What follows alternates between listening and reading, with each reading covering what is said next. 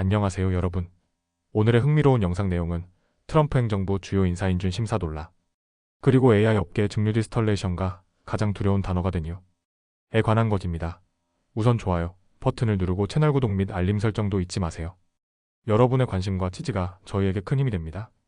첫 영상은 월스트리트 저널의 보도를 바탕으로 트럼프 행정부의 핵심 인사 인준 과정에서 벌어진 논란을 알아보겠습니다. 트럼프 전 대통령이 지명한 주요 인사들이 상원의 청문회에서 어떤 어려움을 겪고 있는지, 그리고 이 과정이 앞으로 어떤 영향을 미칠지 살펴보겠습니다. 첫째, 트럼프 행정부 인사들의 인준 심사 현황. 트럼프 전 대통령이 차기 행정부의 핵심 인사로 지명한 툴시 가바드 국가정보국장 후보, 로버트 F. 케네디 주니어 보건복지부 장관 후보, 그리고 캐시 파텔 FBI 국장 후보가 지난 목요일 현지 시간 상원의 인준 심사를 받았습니다. 하지만 이들의 인준 과정은 순탄치 않았습니다.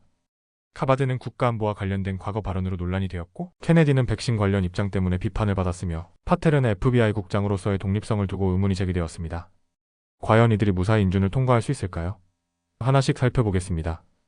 둘째, 툴시 가바드 국가정보국장 후보. 먼저 툴시 가바드부터 보겠습니다. 하와이 출신의 전 민주당 하원 의원이었던 가바드는 최근 보수층에서 인기를 끌며 트럼프의 국가정보국장 후보로 지명되었습니다. 하지만 인준 청문회에서 가장 많은 논란을 불러온 인물이기도 했습니다. 에드워드 스노든 관련 입장. 스노든이 국가기밀을 유출한 것을 두고 가바드는 그를 용감한 행동을 한 사람이라고 평가해 민주당과 공화당 의원들 모두를 당황하게 만들었습니다. 그가 법을 어긴 것은 맞지만 불법적인 감시 프로그램을 폭로했다는 입장을 고수했습니다. 이에 대해 상원 의원들은 그를 반역자로 볼 것이냐는 질문을 수차례 던졌지만 명확한 답변을 회피했습니다. 트럼프에 대한 정치적 입장. 가바드는 정보기관이 트럼프 대통령을 러시아 푸틴의 꼭두각시로 묘사하기 위해 정치적으로 이용되었다고 주장했습니다. 이 발언은 공화당 내 강경 보수층에게는 긍정적인 반응을 얻었지만 민주당 상원 의원들은 크게 반발했습니다. 결과적으로 가바드는 공화당 일부의 지지를 받긴 했지만 민주당과 일부 중도 공화당 의원들의 강한 반발로 인준 통과가 불투명해 보입니다. 셋째, 로버트 F. 케네디 주니어 보건복지부 장관 후보. 다음으로 보건복지부 HHS 장관 후보로 지명된 로버트 F. 케네디 주니어입니다. 그는 존 F. 케네디 대통령의 조카로 과거 민주당원이었지만 최근 트럼프 진영으로 이동하며 주목받고 있습니다. 하지만 그의 인준 과정에서도 큰 논란이 있었습니다. 백신 관련 입장 논란.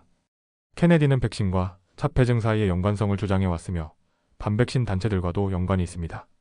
이에 대해 빌 캐시디 상원 의원 공화당 루이지애나의 미국 부모들에게 예방접종을 하라고 말할 것이냐, 하지 말라고 할 것이냐고 강하게 질책했습니다. 케네디는 데이터를 따를 것이라고 답했지만 신뢰를 얻지 못했습니다.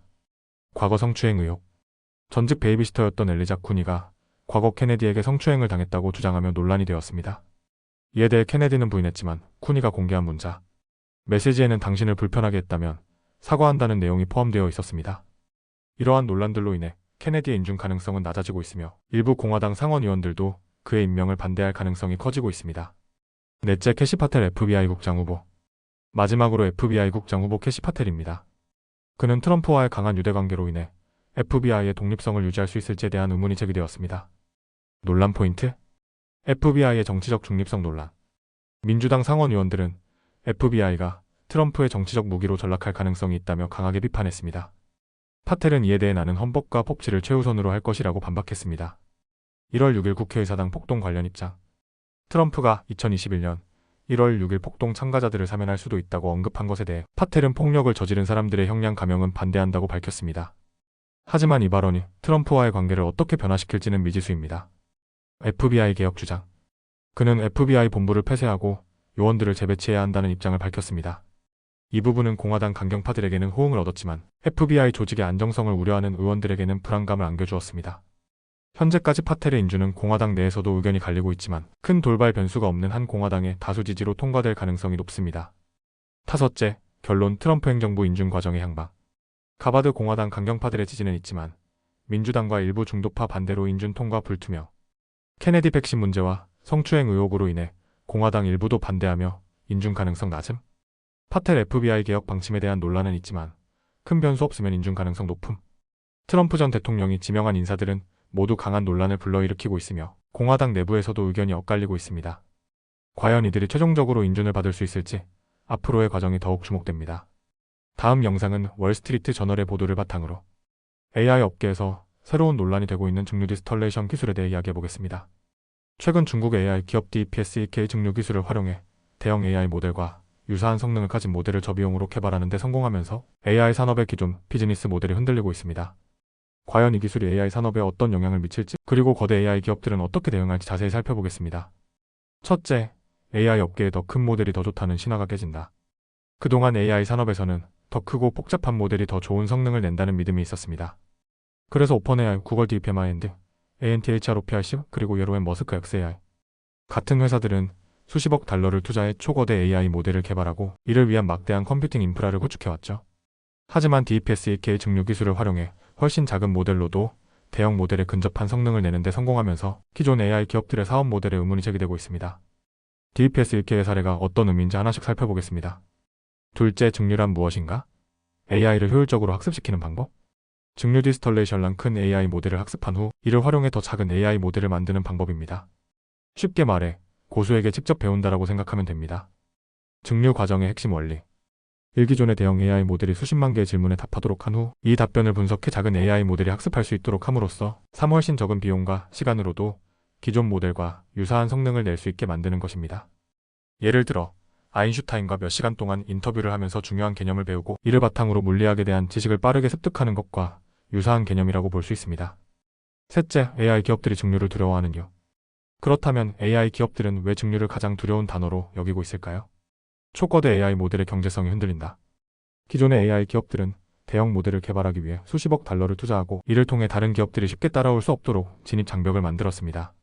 하지만 증류를 활용하면 같은 수준의 AI 모델을 훨씬 저렴하게 만들 수 있기 때문에 기존 거대 AI 기업들의 투자 논리가 무너질 수 있습니다. 새로운 경쟁자가 쉽게 시장에 진입할 수 있다.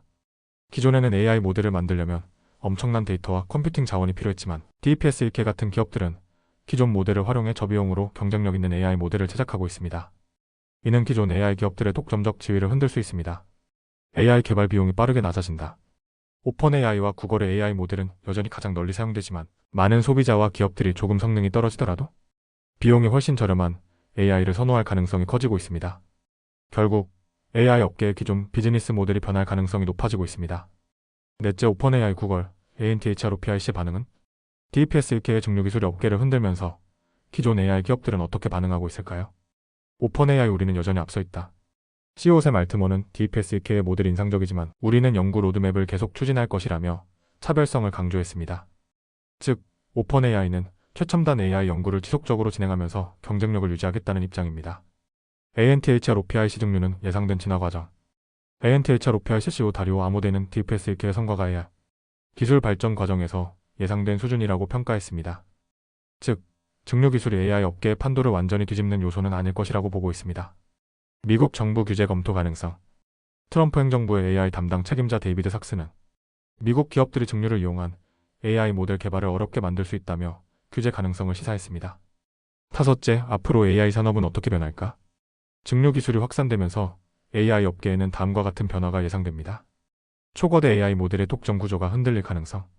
오펀AI, 구글 같은 기존 대형 AI 기업들은 독점적 지위를 유지하기 위해 더 혁신적인 AI 연구를 진행할 것입니다. 하지만 DeepSEK 같은 기업들이 계속해서 저비용 AI 모델을 만들어낸다면 AI 시장이 더욱 경쟁적으로 변할 가능성이 높습니다. AI 개발 비용이 급격히 낮아질 가능성. 현재 AI 소프트웨어를 개발하는 기업들이 오펀AI, 구글 등의 API를 이용해 AI 기능을 제공하고 있지만 DeepSEK 같은 오픈소스 기반의 AI가 등장하면 훨씬 저렴한 비용으로 AI 모델을 운영할 수 있을 것입니다. AI 서비스 가격이 낮아지고 접근성이 확대될 가능성.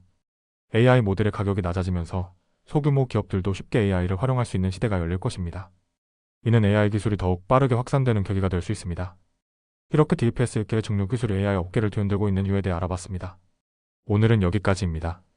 다음 영상에서 더 유익하고 흥미로운 내용으로 찾아뵙겠습니다. 이 영상은 투자 의견이 아닙니다.